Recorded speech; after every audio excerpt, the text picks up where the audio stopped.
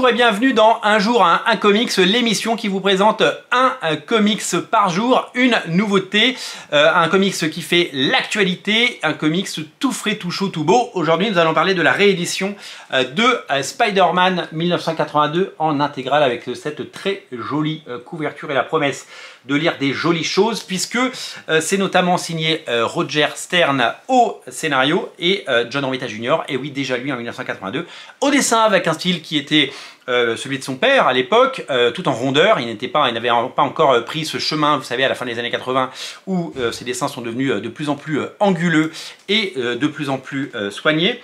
C'est tout simplement une époque formidable pour les lecteurs puisqu'on y retrouve des années magnifiques de Spider-Man. Alors évidemment nous ferons un page à page dans les prochains jours, nous ferons un page à page pour vous montrer la beauté du trait de John Romita Jr.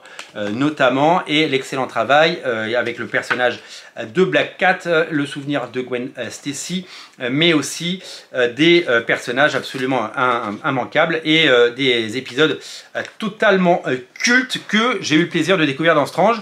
Je vous montrerai pendant le page à page, il y a des pages qui sont magnifiques. D'abord, il y a ces apparitions de Photon dans son costume le plus majestueux que j'ai adoré, parce que à l'époque c'est la première fois que je voyais et je pense que j'étais assez jeune, hein, j'avais moins de 10 ans quand je suis sorti en France et je n'étais pas encore lecteur, je n'étais pas encore client de comics, j'étais tout simplement un simple lecteur qui lisait par-dessus l'épaule de son grand frère et j'étais tout à fait voilà, c'était neuf et c'est quelque chose qui sautait à mes yeux, ça brillait, c'était quelque chose d'étonnant et fabuleux.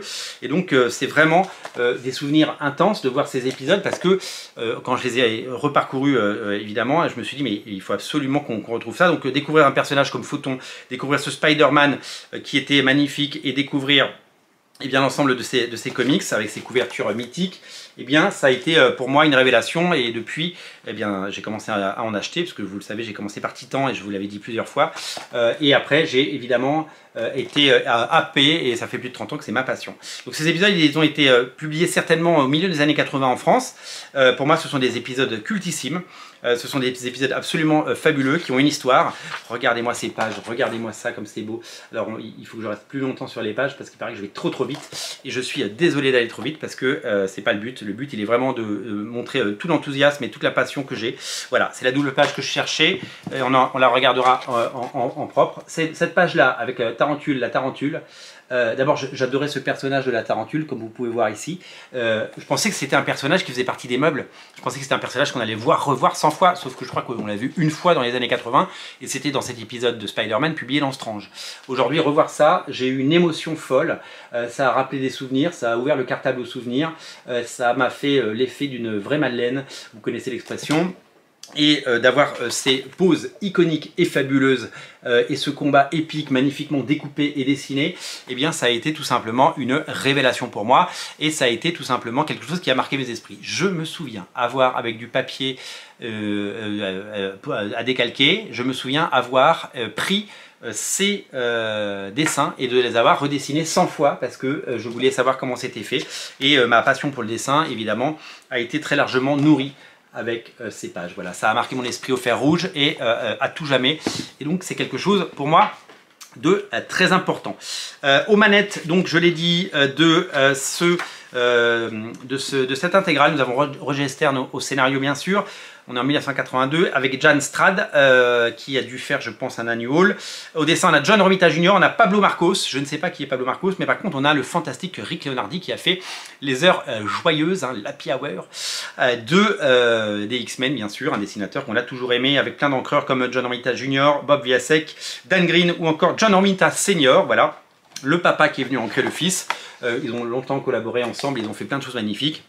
Deux générations deux auteurs fabuleux. À noter que John Romita Jr, vous le savez, sera invité à Angoulême par Panini. Regardez-moi ça, regardez la beauté. Regardez la beauté et le dessin superbe, c'est exceptionnellement beau et magnifiquement génial. John Romita Jr sera à Angoulême 2025 pour le plus grand plaisir de tous. Vous pourrez certainement repartir avec une signature, je ne sais pas s'il y aura des dessins. La légende, John Romita Jr pour tout ce qu'il a fait sur Spider-Man, ce qu'il a fait sur Kick-Ass, ce qu'il a fait chez Marvel et DC. Et en indépendant, puisque vous le savez, il a un projet avec Marc Pinard, il a un projet chez Distillery, et a priori il aura un troisième projet d'après ce que j'ai pu comprendre. Donc c'est tout simplement une fantastique nouvelle. Voilà pour la couverture et voilà pour cet album qui bien sûr va vous séduire et que vous allez certainement adorer. Je vous invite à le découvrir, je vous invite évidemment à ne pas le rater, à l'acheter chez votre libraire plutôt que sur un site de vente par correspondance avec des entrepôts géants, puisque le but est de faire travailler vos libraires, surtout en cette période de fin d'année. Vous pouvez commander chez votre libraire, vous l'avez en 48 heures ou 3 jours maximum, donc c'est à ne rater sous aucun prétexte. Magnifique souvenir, et on fait un page à page très bientôt, parce que tout ça c'est magnifique. Je vous dis à très bientôt, et je vous dis surtout bonne journée, et je vous dis beaucoup de bonheur, beaucoup de bonnes lectures, et bien sûr abonnez-vous à Radio Comics pour ne rater aucune émission. Salut, salut, salut!